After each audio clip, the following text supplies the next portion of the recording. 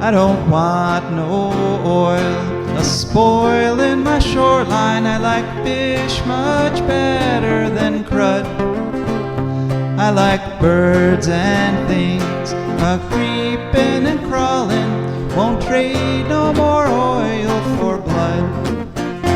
The sun done give us all we need to make this country run. But that black demon oil's got us fussing and fighting, and I do believe it's time we was done. I don't want them nukes run by them kooks who think radioactivity is fun. No more three-headed frogs or kids with leukemia. Nuclear power ain't fit for a dog. The sun done give us all we need to make this country run. But that nuclear power's got us fussing and fighting, and I do believe it's time we was done. No nukes! Good morning, Toledo, and good afternoon, Columbus, and hello to those of you on the internet, wherever and whenever you are. My name is Joe DeMare, and I'm here with my fantabulous co-host, Rebecca Wood. Yes, and together Rebecca and I are going to craft yet another unforgettable hour of For a Green Future. And just a note on that, this is actually the 199th episode of For a Green Future. So next week. All right. Yeah, next 200. week will be 200. And what we are and what we do is a show about ecology and the environment. And we talk about it in the ways that it affects you, your wealth, your health, your happiness, the wealth and health and happiness of your friends and your family and your coworkers, and the fish in the Maumee River and the peregrine falcons that seem to be going around. Stalking Becca. Yeah, stalking Becca lately. She's been seeing a lot of them. Not really. I saw one. I've seen like 2 in 22 years. Well, great, but so like... Every 11 years they stop in and visit me. Well, I think it's an increasing graph. I mean, you didn't see any for like 20 years. Now you've seen 2 within like... No. One of them was like in 2004 or something. Oh, okay. All right. Yeah. Well, anyway...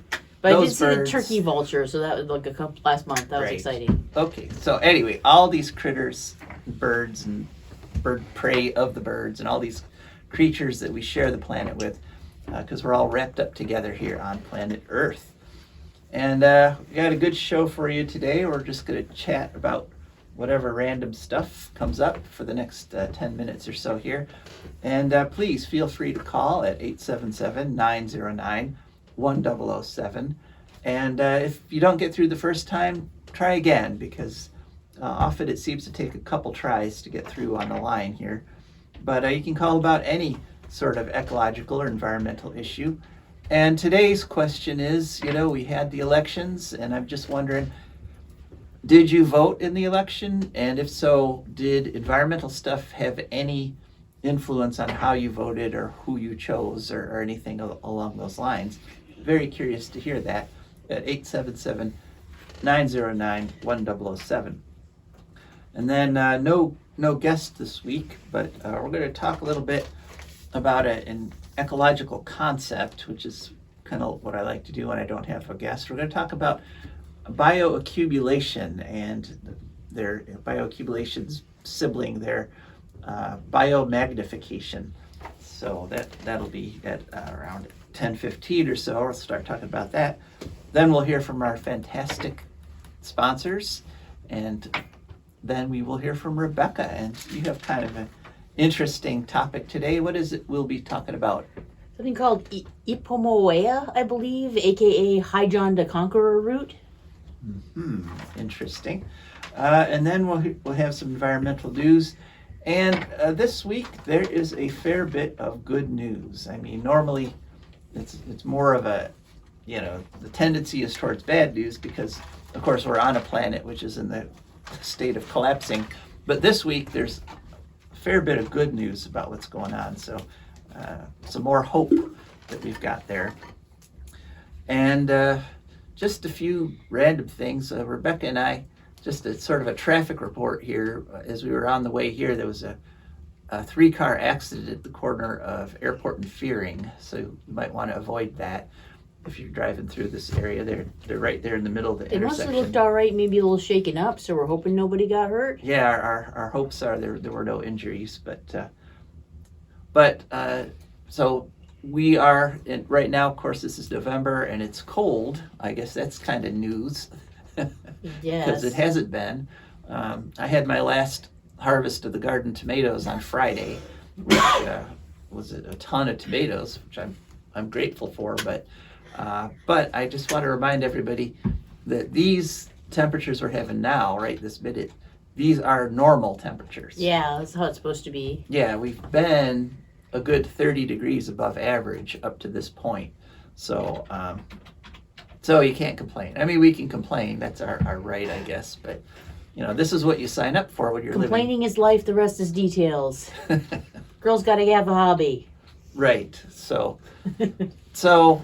it's nice that it's finally getting cold, and, finally a lot of insects and things like mosquitoes and stuff and ticks and things of that nature are going to actually start reducing in numbers, which is one of the benefits of living up here in the temperate zone, as it's called. And the whole situation we've got with the planet overheating is, I'm glad that the elections turned out the way they did, because I guess the way I would put it is, it turns out we're slightly less than half crazy. Something like that. Because the people who were the same people who lost big in this election, the people who are denying the election results from 2020, those by and large are the same people that are denying global warming. I guess if you're going to deny one fact, you might as well just go whole hog and deny all of them. And so I was very happy to see that people chose reason. Now, will this result in the kind of policy changes that we really need or not? That remains to be seen, but at least we didn't elect the people that were saying there's no such thing and we don't have to worry about it. So I'm very glad.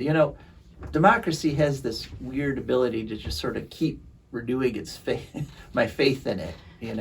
It's people say it's not the greatest system, but then I haven't seen one that's better. Is the old saying. So, what do you think? Did you vote again? Do you want to weigh in on it, or let us know? So, I think maybe we're just going to go ahead on in to start talking about our ecological concept here that we're going to talk about today, and that is bioaccumulation and biomagnification. And Okay, I'm gonna guess real quick. That's when, like, a small animal has a tiny bit of some harmful thing, and then a bigger animal eats a bunch of little animals that all have that thing in them, and then a bigger animal eats it, and whatever's at the top of the food chain is in trouble, right? Yeah, you've jumped ahead to the biomagnification part. Yes, okay. But yeah, that's biomagnification. I want to be sure I actually knew this and wasn't just thinking I knew it. Right. Sometimes I know things, I tell you. Yeah, but bioaccumulation is the first part of that process, because basically bioaccumulation just means you're absorbing something at a faster rate than you're excreting it. So it builds up in your system. And now that's actually a good thing for, like, if you're in terms of, let's say, calcium, and you're building bones, like you're a growing person, you want to bioaccumulate. If you don't, you're in trouble. But of course, the problem is that it can also be a bad thing, because all kinds of chemicals can bioaccumulate in living organisms. And the big problem is what they call POPs, or persistent organic pollutants. And there's all kinds of POPs. I mean, you can take a POP of PCBs, DDT. That's probably the one where people really first, our whole society learned about bioaccumulation because back in the 60s, the bald eagle was in danger of dying out because of bioaccumulation and biomagnification, because DDT was building up in the bodies of their, the small animals, and then the fish, and the eagles were eating the fish, and it caused their eggs to not have hard shells because it interfered with the calcium in their body. And so eagles were in danger of dying out. That's when the general public learned about bioaccumulation and biomagnification. But there's tons of other plants or chemicals and things. Dioxins is another famous one. One that we've only recently been realizing just how bad it is are drugs. Most drugs, you take them and your body metabolizes some of it, but often the bulk of it, sometimes as much as 90% of a drug that you take, then gets excreted, like when you go to the bathroom. And a lot of those drugs don't get broken down by the sewage treatment process. And so, I'm thinking particularly like hormones like progesterone and testosterone and estrogen. Those actually tend to sort of pass right through the sewage treatment plants, and they end up in the rivers and the oceans, and therefore in the fish and the... So yada fish getting treated for a lot of human illnesses. Right. Yeah. That they probably do not have. Right. There's fish getting treated for hot flashes, and fish don't get hot flashes. Right. So yeah. it's not good. They're not mammals. It's not a problem. No. Yeah, they're not even warm-blooded. So, right. Yeah. So what happens is all these things get taken up by the plants, or the critters at the bottom of the food chain. Like for example, in a lake or a pond, these things tend to settle down into the mud, and then we have all those wonderful benthic organisms that feed in the mud, and they actually could eat some of the mud as they're feeding, and so it bioaccumulates in their bodies. And then, like you were saying, then like the snails down there at the bottom of the pond get eaten by minnows, and so then the minnows have 10 times the concentration as the snails did, and then a larger fish eats the minnow, and that fish ends up with 10 times the accumulation in their bodies, and then a big fish eats the middle-sized fish, and then like a heron will eat the biggest fish. And so it really hurts bioaccumulation. What it really hurts is the critters at the top of the food chain, the biggest, the coolest animals in a lot of people's opinion. The bald eagles, they're at the top of the food chain. Kind of the poster child for bioaccumulation and biomagnification problems are, actually before I get to that though, I will talk about bioaccumulation in humans. We always use the example of critters out there in the wild, but bioaccumulation definitely happens with humans. And there's an interesting study. It was done, they found in Sweden's Arvidsjaur airport in Sweden, they discovered that the airport had its own well, separate from like the town nearby, and the well got contaminated with PFAS because one of the main things PFAS chemicals were used for were fire suppressant at airports. And so over years that got put in there, and so they had a population, the people who worked at the airport, they immediately stopped giving them water from the airport. And so that now they had this nifty human experiment where they had a population, and then they who had been bioaccumulating it, and then they were able to compare it to the people who lived in the town next door. So all very similar in terms of genetics, and everything else was kind of even. And what they found was that, what they were trying to figure out was that there's a related concept here. It's the biological half-life of the PFAS in their bodies. Because when you bioaccumulate, it tends to sort of build up slowly. But if you stop the input, most of the time it will clear your body of it, but it takes a while. And so what they found is that there's a difference between long chain PFAS and short chain PFAS, which just means the number of atoms that are in the chemical, the PFAS chemical. And so the half-life in a human body, they found for a long chain, is 3 years, or excuse me, yes, 3 years. So if you had PFAS building up in your body and you stopped, after about 3 years, about half of it would be gone. And it's only 0.6 years for the short chain. So short chain gets cleared out of your body much quicker. But that doesn't mean, like with the 3-year half-life, it doesn't mean that in 6 years, then it's all gone. No, unfortunately, what it means is that another 3 years for the next half to go, and then another 3 years for the half after that. So after 6 years, you're down to a quarter, and then you're down to an eighth. And they found that the clearing was going much more slowly than all the predictions, all the estimates. So it's like losing weight. Like at first, you start doing that and you have a big drop off, and it's encouraging, and then you hit a wall. Yeah, exactly, right. That first 5 pounds you can get rid of pretty quick, but then, yeah, kind of like that. And so they specifically realized that what was happening is that as the concentrations in the body dropped, the rate of excretion also dropped. So basically, you don't want to mess around with these things that bioaccumulate. Now that concept of half-life, that also applies to the environment as a whole, because these chemicals do eventually get broken down. I mean, it can be really rare. It can be things like, for example, a lightning strike will clear tons of pollution out of the atmosphere. There is sometimes they are metabolized by things like fungus and bacteria. Sometimes will break these nasty long-lived chemicals down. And so there's half-life inside your body, but there's also half-life out in the environment.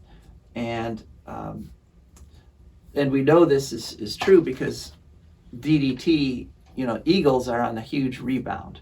I mean, and that's one of the best success stories, I think, to our credit. Once we realized what was going on with the eagles, we banned DDT, at least here in the United States.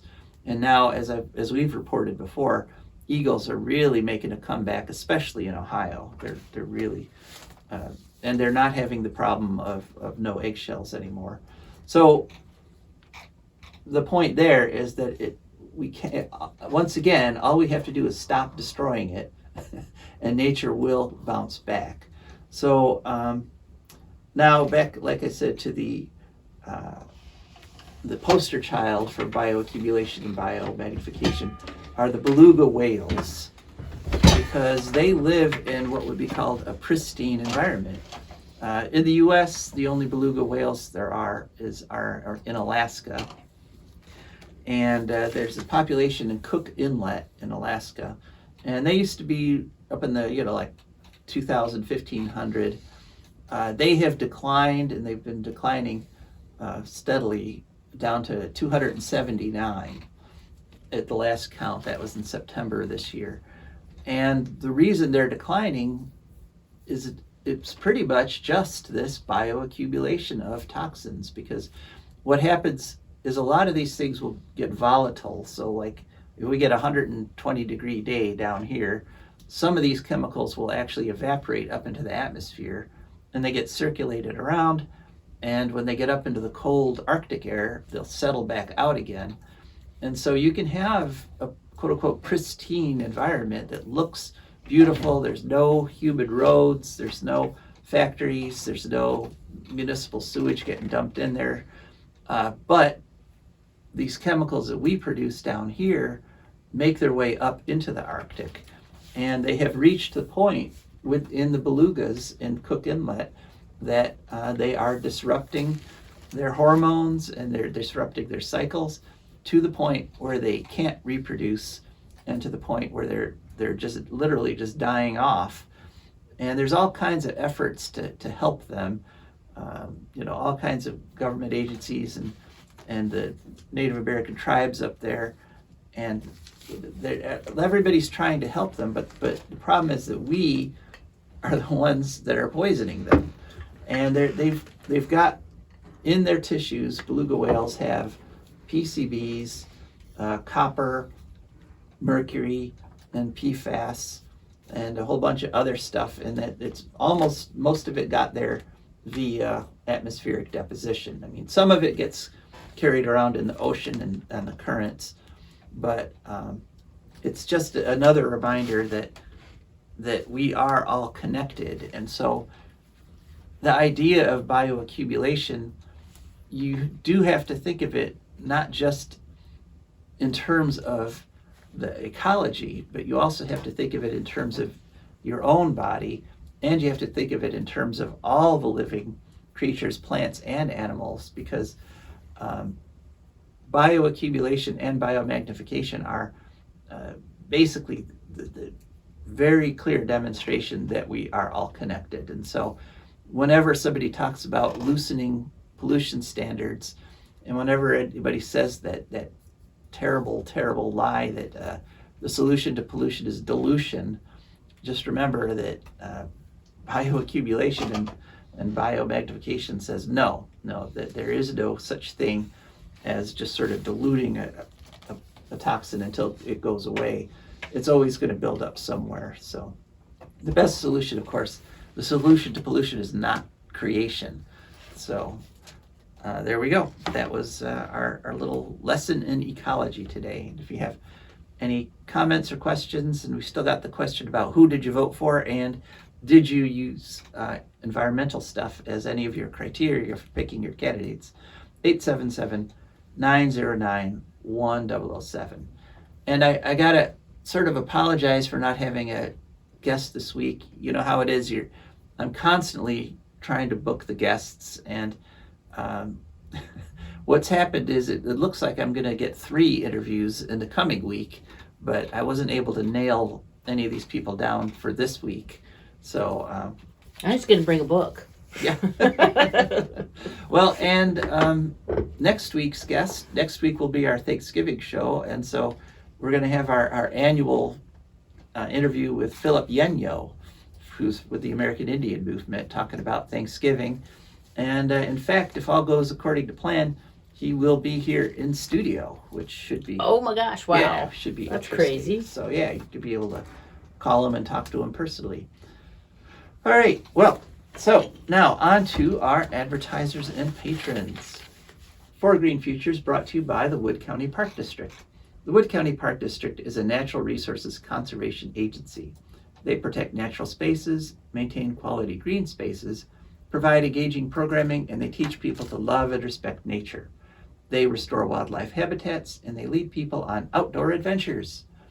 Wood County Parks protects natural spaces in Wood County for all to enjoy, from 8 a.m. to 30 minutes past sunset every single day of the year. Bunch of ways to find out what they're doing. One is to call them at 419-353-1897. That's 419-353-1897. Another is to go to their website, which is wcparks.org. Very simple, wcparks.org. You can also go to any app store and download their app, the WC Parks app, and that will give you information on what they're doing. They're also on all the social media. We have a caller there. Thanks. All the social media, Twitter, Facebook. Oh, we missed him. All right. Whoever tried to call, just try again. Now we're poised and ready over the phone. For Green Future is also brought to you by our patrons, and our patrons are wonderful people who went to patreon.com. It's Patreon, and they searched for Green Future. Up popped our Patreon page, and they signed up to give us a monthly donation. Yeah, hang on, we'll put you on. And that's how we could afford to bring you this wonderful show. So, all right, caller, welcome to the program. Go right ahead. Hi, I was want to comment about your comments about the election, and I vote obviously, yeah, well, not obviously, but I do vote. And Well, that's good. Yeah, not everyone does. Yeah. really, over the years, is that so I used to get really upset when certain people would win elections that I didn't like.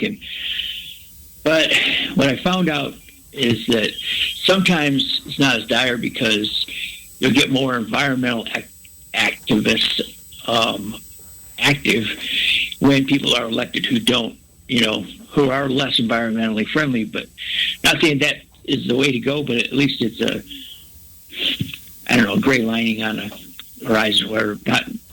I don't think any of the candidates this year were like outstanding environmentalists. None of them were, in my opinion.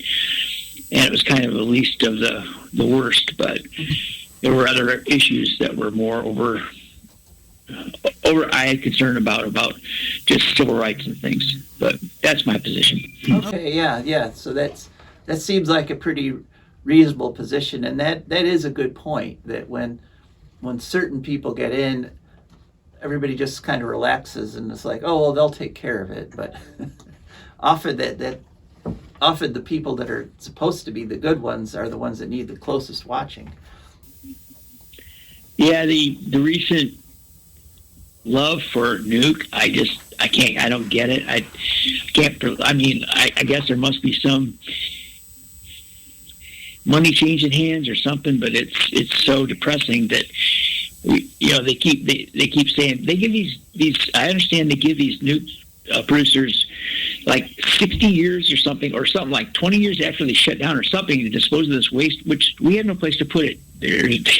No, it's insane. We've poured hundreds and hundreds of billions into the nukes. And I was just thinking just this morning, like the Vogtle nuke plants, which are still under construction in Savannah or in Georgia. And they're like a decade behind schedule, and they've cost four times what the original projection was. I was just thinking, if we had just taken that money at that time and put up wind turbines and solar panels, we would have generated terawatts of clean energy without the waste, the nuclear waste that's coming along, if these plants ever do start up. So right. Yeah. All right. Well, last thing I wanted to say was, you mentioned last week this movie. I'm going to be going to the premiere of that movie in New York. I'm taking my niece, and so on the 4th of December for the Women of 3 Mile Island, or whatever it's called. Oh, great. Oh, well, I'll see you there then. Cool. All right. That sounds good. Yeah, he's talking about the movie made by Dr. Heidi Huttner. The title is like something like The Women of 3. It's radioactive is the first. Yeah, that's right. And then colon the Women of 3 Mile Island. All right, great. Well, hope to see you there. Right, we'll do. All right. Well, bye. Yeah, thanks for the call. All right, that was very nice. All right, anybody else? Were any of the other people that you looked at? Ohio Citizen Action, friends of the show, they did put out a voter guide, and they listed like 4 really politicians that they thought were really good for the environment. I believe 3 didn't win, but Marcy Kaptur was one of those people that they listed as being good for the environment. So we did at least retain Marcy Kaptur, even though her district had been gerrymandered to the point where it was not at all certain she would win. So, all right. Well, thanks for the call, and thanks to our advertisers and patrons, and thanks to Rebecca for doing an exhaustive study on a arcane topic for this week. There's more exhausting, but to be fair, I was already I just permanently tired. Everything's exhausting to me. Okay. So yeah, this week I could have saved this for African American Month or Kwanzaa or something, but I let's face it, I often forget important major months until they're mostly over or all the way over. So we're just gonna even things out here. So yeah, I did a species called Ipomoea purga today. I looked into them a little bit. Also known colloquially as jallops. Jalap, Halops, perhaps, I don't know, or High John the Conqueror. They're known as High John the Conqueror and are used in traditional hoodoo folk magic. It turns out. That's two words, like hi John, like Hijohn. Yeah, Okay. Higa. High John is in John is high. Oh, High John. High. Okay, got it. Apparently, they're named after this character who is a kind of a traditional trickster figure. He like gets out of trouble and gets his way by fooling people essentially, and sort of invented or knew a lot about root magic, and I guess he's considered to be sort of a Brer Rabbit kind of trickster figure. But also, he was supposed to be an African prince from the Congo. Who eventually escaped back to Africa, but left his powerful magic here for slaves and Black Americans to use when they're outgunned and outnumbered. Oh, So he's kind of a cultural way of saying, well, when it feels like forces are too strong against you, remember you have help. It's kind of like the legends about King Arthur who went away to Avalon, but he'll wake up when Britain really needs him. That kind of thing. It's kind of a little thing to encourage people, basically. okay. It's related to the morning glory. It's in the morning glory family and is related to sweet potatoes also. It's a vine she grows up to 12 feet long. The root is black externally and white and milky in the inside. It's got heart-shaped leaves and purple trumpet flowers. Kind of pretty. I saw the picture. They're native to Mexico, but naturalized in the neotropics. And at this point, I got tired of seeing these words and guessing what they mean. So I actually looked a couple up. Naturalized. It's a form of introduced species. All introduced species is something that used to live someplace else, but got to another place via human intervention or human activity. So, an introduced species can be invasive if it causes significant economic or ecological damage. Otherwise, it's called naturalized or some other. Can be referred to actually by a lot of words that just sound more harmless because hopefully it is more harmless.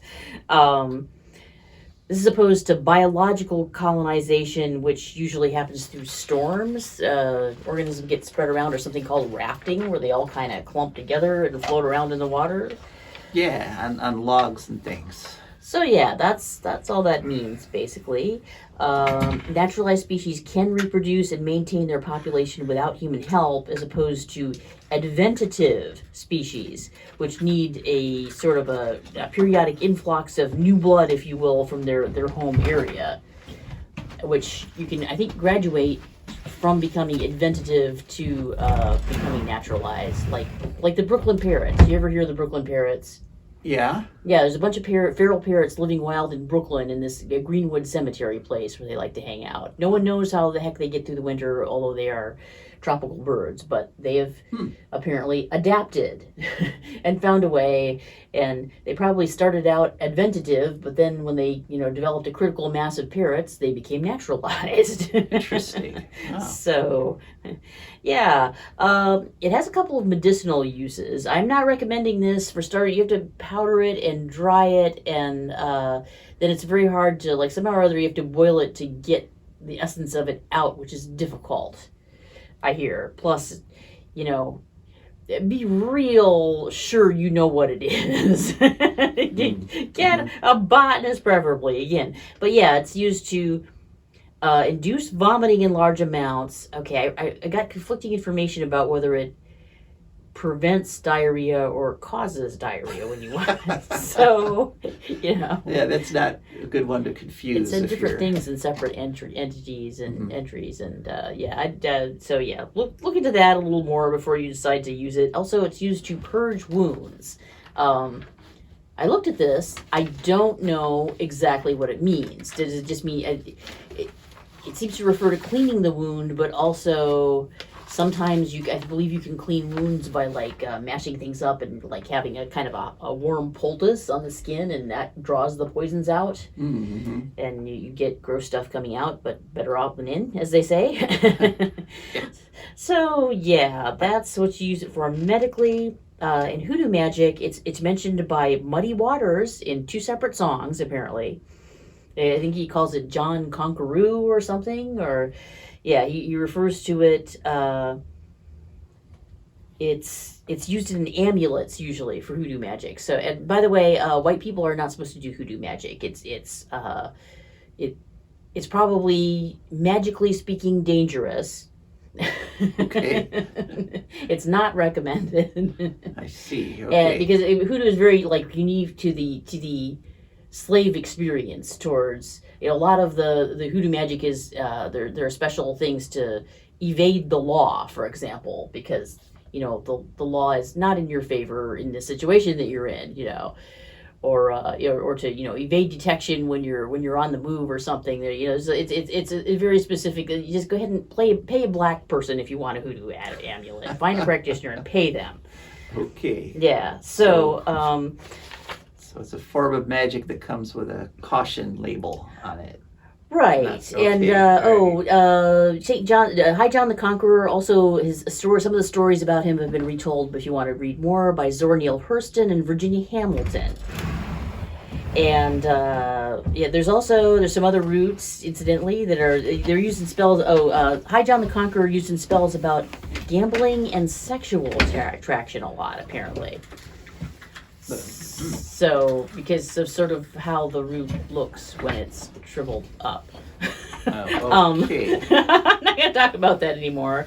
There's something called Lojon root, which is trillium, apparently, a specific kind of trillium, carried for assistance in family matters. It's an ingredient in something called Dixie Love Oil. And there's chewing John, which is Alpinia galaga, apparently. It helps your breath and your stomach. It's related to ginger. And it will help you win in court if you have a court problem. All right. So Good to know. or at least it probably can't hurt. I don't know, unless the judge really does not gets annoyed by roots and it rules against you. I think we might have to do a disclaimer here that none of these claims have been scientifically. They've not been tested. scientifically evaluated. Okay, It's true. all right. Yeah, the FDA does not recommend them for Right. like winning court Right. battles, but. Also interesting that the one John is supposed to improve your breath and the other John is supposed to help you sexually. So I could kind of see those Yeah. going together. Yeah. All right. Anyway. It Well, doesn't thank hurt you. to have good breath. Right. I'm right, just well, saying. Thank you, Rebecca. Okay, so on to environmental news. And like I say, there's a fair bit of good news this week. First of all, I just wanted to mention, of course, COP27 is still going on. We talked about that with some length or some detail last week. And it's going along. Everybody's making speeches. There's no discussion of, any like putting hard limits on CO2 in place. And that's largely because I think that's in Egypt, and turns out there's a record number of oil and gas lobbyists there this year. Also, the nuclear industry's got a big influence this year, but Biden stopped there actually. So he actually gave a talk on climate change. And so basically, he was saying we're back. He said the U.S. is ready to start leading again. But of course, if our leadership means nuclear power, that means we're going to be still sitting at that starting line for another decade or so before we're ready to get going, because the U.S. is trying to push imaginary nuclear plants which have not yet been designed or built. So so let's hope he means actual wind and solar technology leading. That would be nice. And speaking of solar, our next story, we zip off to sunny California. And this is a story which should have been headlines everywhere, but I really had to root it out and find it in a local newspaper there in California. We have talked before that the utility companies in California want to put a penalty on solar, patterned after the one that I'm currently fighting in Bowling Green. Oh, great. Yeah, except they wanted one that was even worse. My penalty. Way to go, Ohio, in the wise words of Chrissy Hind. Yeah, leading in the retreat from solar is Oh, boy. what Bowling Green is doing right now. But my penalty is $4 per installed kilowatt per month. California, the utilities there wanted $8 per kilowatt hour per month. And my reimbursement for solar that I put onto the grid got cut in half. The utilities of California wanted to cut the reimbursement rate by 85%. So it's like they said. So essentially, somehow or other, they bought the sun without spending any money, because this is capitalism. You're supposed to get money because you made a risk as an investor, Right. which means that they must have paid some money for the sun at some point. Right. They're literally just trying to steal the investment of the people who put the panels on their own roofs. And Governor Newsom has been hemming and hawing about whether or not he was going to go along with this. But this past week, and that's why I'm saying this should have been headlines, it's been withdrawn. It was defeated. The utility companies in California on November 10th lost. Thank heavens. And so that's what I mean. That's really, really good news. That is good news. And it was funny because they were making exactly the same wrong arguments for it as the Bowling Green Municipal Utility was, which was that, it's not fair because people are subsidizing the grid, who of the people who have solar panels and they can't afford them and blah, blah, blah. And basically they think we can't do math. Yeah. I've realized that's what the situation is, because that argument is completely ridiculous, because the inexpensive solar power that the people with panels put on the grid actually lowers the electric bill for everybody. And so whether or not you have panels on your house, you're benefiting, literally, you're saving money because your neighbor does have them. So so they literally think we can't figure that out. Right. But in this case, hooray, the utility companies in California, and they were all united on pushing this through. They have failed. The California Public Utilities Commission rejected their application. So, hoo-ha for that. All right. And then moving along. And like I say, this is an uncharacteristically positive, upbeat environmental news. Our friend Mark Jacobson from Stanford University has published a little study, and he went and found that there are 10 countries in the world right now whose electricity generation is 97.5 to more than 100% wind, water, and solar. Very nice. Yes, and so I'm going to list them because they've earned some recognition.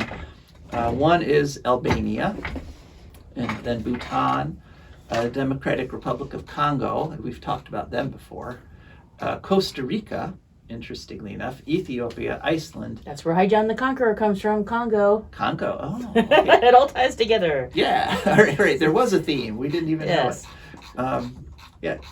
Ethiopia, Iceland, Namibia, Nepal, Norway, nice big old country there, Paraguay, Tajikistan, Kenya, and Uruguay.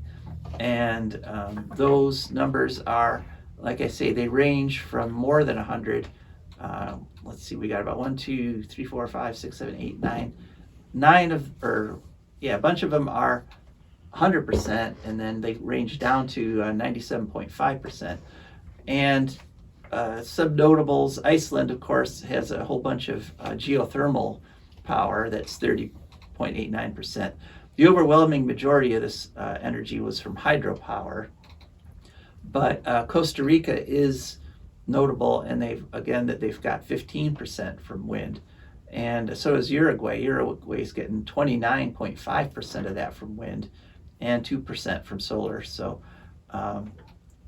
so they're at 82.57% renewable energy. And also he tossed in some states here. Scotland is 70% wind power. So 70% of their electricity comes from wind, and Scotland has a total of 91.2%. So they didn't quite make the top 10, but they are notable. And South Dakota is getting 77% of its electricity from wind power. South Dakota. And Washington State is getting 97.2% wind, water, and sun, 85 hydro, 11 wind, and just about 0.5% solar. And Montana also gets 92.5% wind, water, and sun, mostly hydro with 23% wind. So, in other words, all those pro-nuclear trolls that say you can't do it without nuclear, that they're wrong. None of these countries are using nuclear. The countries that the people that say, oh, we can't get off fossil fuels, it's just impossible, you need to have that baseline, they're wrong, because all of these countries are doing it without fossil fuels. They're replacing their fossil fuels. And all the people that are saying it's too late, we may as well just buy 6 mile per gallon pickup trucks because we can't make the transition fast enough, they're wrong, because all these countries have done it. So the main point here is that all the naysayers over and over and over again saying we can't do it, while all these countries just went ahead and did it. And so we can do it too. The United States can do it. And if we follow up on the promises that Biden made at the COP27, we will do it. So that's good. I just wanted to talk about that for a bit. And the geothermal is particularly interesting because there was also a study done in Ithaca. They're looking at what they call second generation geothermal, which is drilling like a 2-mile well down to just above the top of the mantle. And then you can pump water down. It gets heated up by all the heat of the earth. And then it comes back up and you can use it to generate power and to heat things directly. And, that theoretically is an inexhaustible supply of clean renewable energy. So, or at least when the world when the Earth completely cools off, we'll have bigger problems. Oh, that's true. Yeah, it's about yeah. That's about like another 4 billion years. Right. So, yeah, but you're right. So it's not forever energy, but. So I don't know. You maybe not start building this spaceship yet. Yeah. Okay. Also, some good news. A story that we really haven't given the attention it deserved, or it deserves. The southwest of the United States is in the middle of a drought. It's had 22 years of drought. That's the longest drought since the year 800. And that's 800, not 1800. Wow. So, yeah, it's the driest the Southwest has been in 1200 years. And they can probably tell by tree rings, huh? Yeah, tree rings and sediment layers and all kinds of stuff like that. And the good news is they had a really nice monsoon season. And most of the Southwest has gone from, the 5-star supercritical, everything's about to die level to, okay, this is a bad drought level. Okay, that's good. Yeah, and so that is some really good news. There was a report on October 11th talking about the successful monsoon season. We're a long ways from all the way back to what we would call normal, non-drought conditions, but at least things have sort of been topped off there. And if they have another couple good years of high monsoons, we may actually break the drought. So we're not actually we're no longer in the red at the moment. Yeah, well, we're still in the red, but we're just pink. not in the. Yeah, it's gotten more towards the pink. Right. Yeah. So good news there. Now, this one is my favorite of the stories this week. France has passed a law that says every parking lot with more than 80 spaces has to be covered by solar panels. Okay. Yeah. Makes sense. Why just have it sitting there, I know. It's one of those things that everybody's like, it would just be common sense if we did this. France has finally gone ahead and done it. For starters, they're fugly, so they might as well at least be fugly and making energy. Yeah. Oh, you mean parking lots? Yes. Not the French. Yeah. Oh no, the French are they're very attractive, I'm sure. Yeah. It's good. I just wanted to be clear on that. So. That just seems mean and kind of childish to say that. Yeah. Yeah. Just we need to be clear on these things. They might retort that I am no supermodel myself. Also, I better stop doing that. Yeah. I shouldn't have even waded in there. But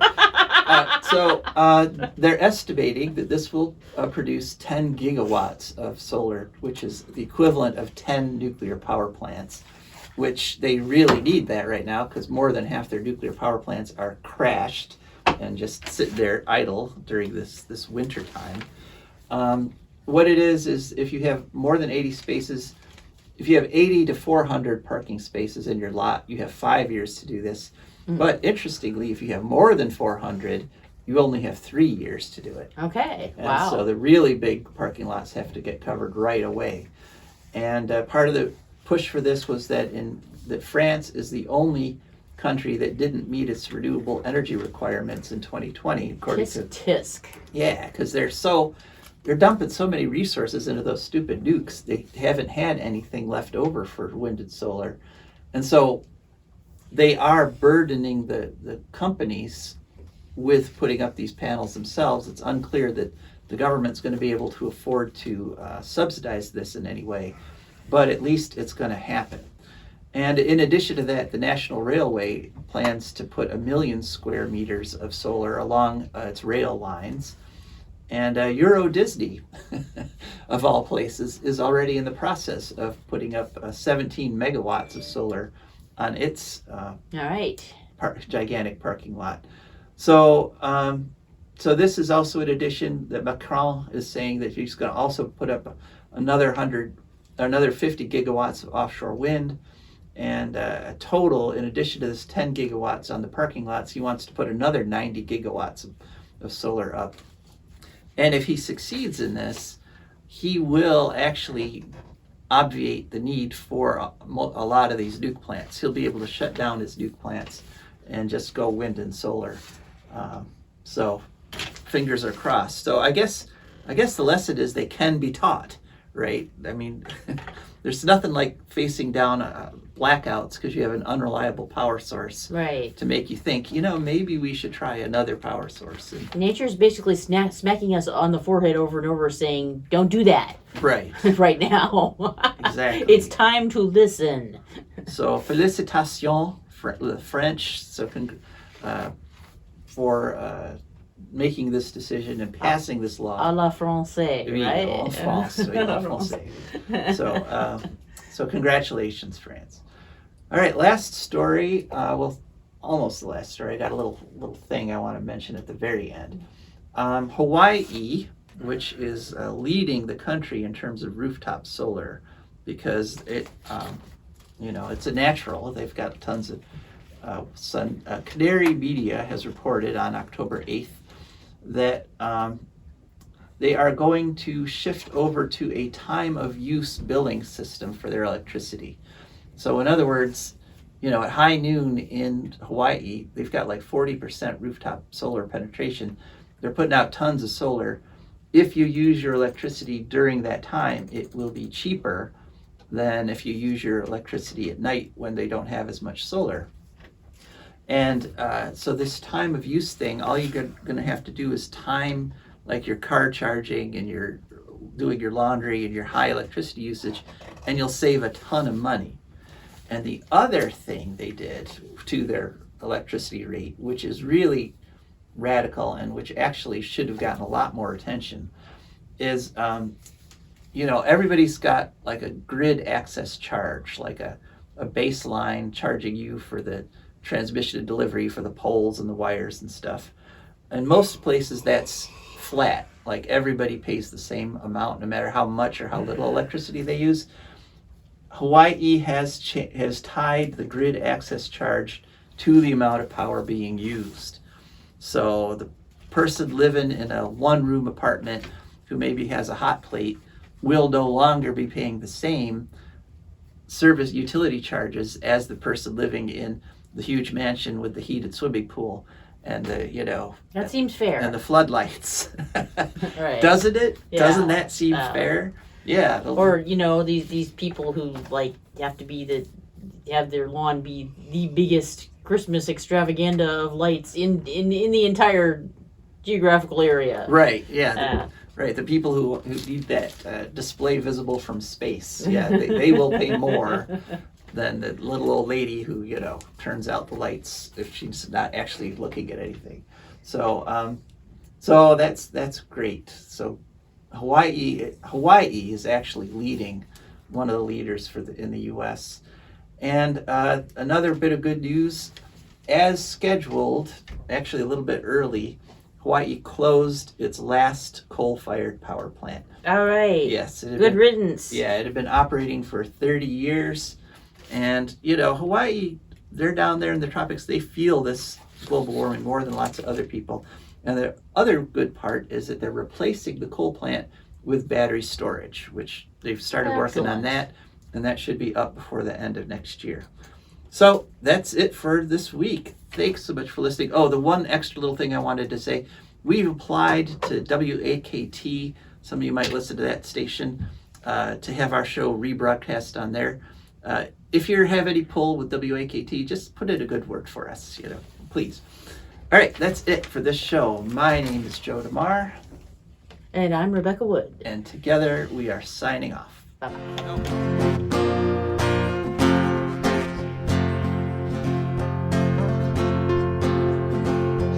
I don't want no oil, a spoil in my shoreline. I like fish much better than crud. I like birds and things a-creeping and crawling. Won't trade no more oil for blood. The sun done give us all we need to make this country run. But that black demon oil's got us fussing and fighting, and I do believe it's time we was done. I don't want them nukes run by them kooks who think radioactivity is fun. No more three-headed frogs or kids with leukemia. Nuclear power ain't fit for a dog. The sun done give us all we need to make this country run. But that nuclear power's got us fussing and fighting, and I do believe it's time we